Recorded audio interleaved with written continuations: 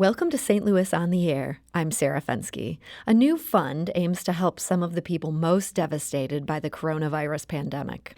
And by that, yes, I'm talking about the restaurant industry. The COVID-19 Regional Response Fund was started 2 weeks ago to help nonprofits hit hard by the coronavirus. With backing by the Community Foundation, the fund quickly garnered some major donations, and the aim is to help nonprofits dealing with vulnerable populations. But it wasn't long after that a second sister fund was established, also working with the Community Foundation. The Gateway Resilience Fund was created to help the restaurant and retail industries, and together the two funds have already raised $1.4 million. So joining us to talk about it today is Rue Yawitz. He's a co-creator and advisor to the Gateway Resilience Fund. Rue, welcome back to the program. Thank you. Thanks for having me on to be able to talk about this important fund that we've gotten stood up. Now, the last time you were on the show, it was as general manager of Big Money Adventures, the canoeing company, and that was just such a fun conversation to have.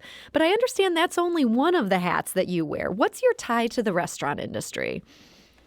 So, yes, I actually, I guess I do wear a lot of hats, and I wear a hat all the time. So I am the founder and owner of the Gramophone, the sandwich pub in the Grove neighborhood of St. Louis. And those are some of the best sandwiches in town. Such a following at 2 a.m. There's nothing better. But when did you over at the Gramophone start to feel the effect of this coronavirus? Well, I'm sitting in the Gramophone right now having this call, and we are closed. There are no employees here. There are no sandwiches being made. We have not put into place the safety procedures that I feel are necessary for us to do curbside and to do delivery. So we're definitely feeling it. We closed early a week ago Sunday. We closed at midnight instead of staying open until 3 a.m. And then we did not reopen last Tuesday, and so we've been closed since. So it's such a hard call for restaurateurs to decide whether to try to keep people employed and do some sort of takeout thing or to just shut down entirely. Were you hearing pressure from both sides, or was this a pretty clear call for you? No, it was definitely not a clear call, and we are looking forward to reopening and offering pickup and curbside and all that stuff. I personally felt like that there were too many unknowns, and we're working through it right now with the team, and we will be back in action as soon as we can. Well, I'm looking forward to that day. But in the meantime, the Gateway Resilience Fund. So why team up with the Community Foundation? What sort of led this whole thing to get together? So a good friend of mine, Gerard Kraft, who we all know from all of his amazing restaurants with Niche Food Group, we just started talking about this. I mean, I feel like it was probably about 12 days ago. And I have a relationship with the St. Louis Community Foundation through some other food philanthropy that I do, like food systems work and things like that.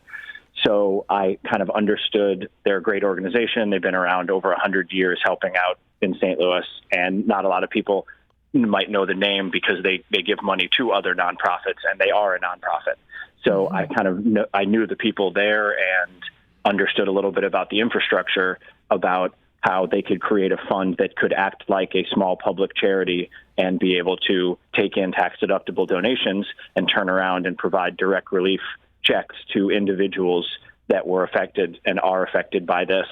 And the thinking was just we needed to stand up something incredibly fast because the way the hospitality industry works, especially people who would be buying groceries today off of tips that they earned last night. All of the federal programs and everything that are fast moving as they can be, aren't fast enough to have already gotten money into somebody's hands to go buy groceries today. And Gerard Kraft, of course, his restaurants include Brasserie, Sardella, Taste, Pastaria. These are some of the most successful restaurants in the city. And so you guys decided to team up. You had this familiarity with the Community Foundation. Was it hard to sell them on the idea? No, not at all. They had started the fund that you mentioned in the intro already. And I think I just happened to be able to be very convincing over a lot of emails and let them know that this everyone knows this is an extraordinary situation and that nobody knows exactly, what to do. But we were already getting Sauce Magazine and other places were getting calls, and you could just see on social media and other places that people wanted to know what they could do to help, this industry specifically. And we did, like you mentioned, it's independent restaurants, retail, and music venues. So we included, and musicians. So we included, a lot of the people that are on the front lines of getting negatively affected by this, at least as far as, wages and tips. So the federal government trying to figure out who to help, they're going off of these old tax returns, and we all know that just doesn't really make sense for industries like the restaurant industry or musicians, where it's all so piecemeal. How do you figure out who has the greatest need and who to give this money to when I'm sure as much as you're trying to raise a ton, the fund is going to be limited? You can't give everyone what they could want or need. That is true. And so what we tried to work through from a strategy point of view is what's an amount of direct relief that we could do that, knowing how great the need is going to be, we could at least feel good about when someone applies and gets into this program, what is that number that is going to be enough to be meaningful? Mm-hmm. And even if there isn't a second round of checks that go out, we could feel good about that number. So what the fund is doing is giving people the option of applying for a $500 check or $1,000 of direct payment of bills to a vendor.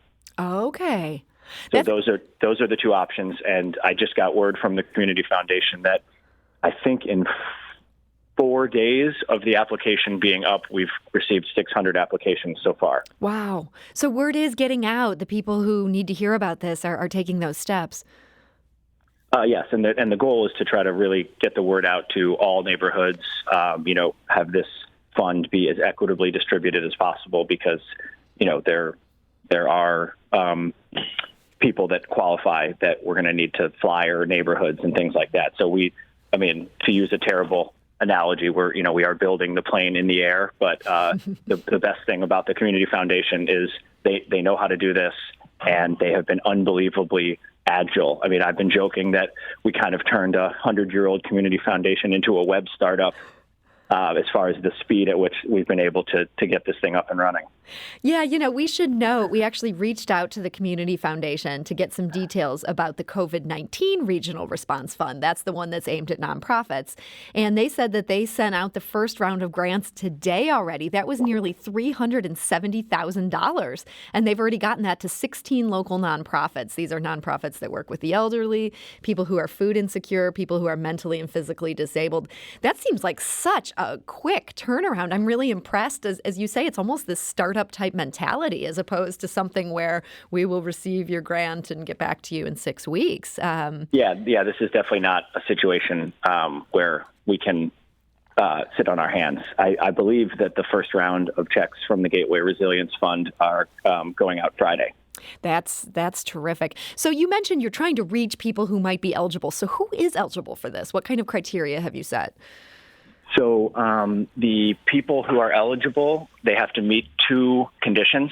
I will just read from the website. The tense isn't going to work, but if you are an employee, an essential local contractor, or owner of an independent bar, restaurant, entertainment venue, or retail establishment in the St. Louis region. So the tricky thing with the messaging is this is not necessarily a business relief fund. Mm-hmm. Owners of small businesses can apply as individuals. That makes sense. These people are not running giant corporations. In some cases, they might be one of 2 employees or a dozen employees. Right. So from a restaurant standing, just to give an example, the owner of a restaurant isn't applying for business relief for that restaurant. They could apply for individual relief for them, and all of their employees could apply for individual relief. But we've had to get this up so fast. There's a little bit of confusion on that one. No, that makes sense. And I understand there's also been a little bit of confusion about downtown businesses. Just to set the record straight, this isn't just for people who are in downtown St. Louis. No, and that is also something that we're working through. The Downtown St. Louis Partnership made a grant to this fund, and because of the legal framework of a community improvement district, their funds can only legally be used inside of a specific geographical footprint that is the Downtown Community Improvement District. So that is a piece of the fund that is actually going to go to businesses, and it is only downtown businesses. But the mass amount of the money is going to go out to individuals, and it's anybody in the St. Louis region. Okay, so there is a small bit of earmarked money, but that should not stop anybody from applying to this thing. I guess the big question I'm wondering about right now, is this something where the community foundation has all these wealthy corporate donors and, our little $100 here or $50 there isn't going to make a big difference? Or are you really hoping that community members can step up for this thing? We are taking donations large and small and encouraging people to do fundraisers if they want. We were talking about Big Muddy Adventures for a second earlier, and our founder, Big Muddy Mike Clark, has decided to move to an undisclosed island on the Mississippi, and we're looking for people to pledge $1 or $5 or $10 for every day that he stays on the island, and we're going to donate all the money to the Gateway Resilience Fund. That's a terrific fundraiser. He's truly isolating himself at this point. Yes, it's just him and his dog Dolly, and they've already actually been on the island for 7 days. So if you do commit $1, you're actually already committing $7. That sounds so good. So if people want to get involved in that, where's the information about keeping Big Mike on the island? So we just posted about it, I guess yesterday, on the Big Muddy Adventures Facebook page, which is, what is it? Facebook.com/TooMuddy. Too Muddy. Okay. And overall, this fund that we're talking about, this is the Gateway Resilience Fund. It sounds like there's a very easy website that sort of walks people through any of these details that they're interested in learning more about. Correct. Yeah, there is a link to the Gateway Resilience Fund on the St. Louis Community Foundation's website, which is stlgives.org. stlgives.org. Well, that's terrific. Well, Rue Yowitz of the Gateway Resilience Fund, thank you so much for joining us today. Sure. Thanks for having me on. Yeah, I can't wait till the gramophone is back open, so hang in there. We will, and when we are back, we'll be feeding hungry St. Louisans, and the Sandwich Kings will be back reigning supreme. This gives us all something to look forward to here. So, Rue Yowitz of the Gateway Resilience Fund, thank you so much for joining us today. This is St. Louis on the Air on St. Louis Public Radio. That's 90.7 KWMU.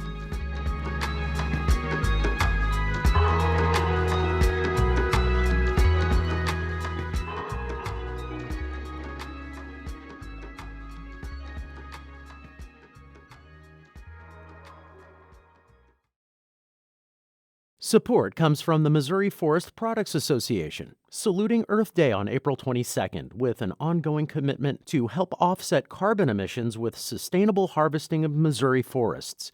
Details at choosewood.com.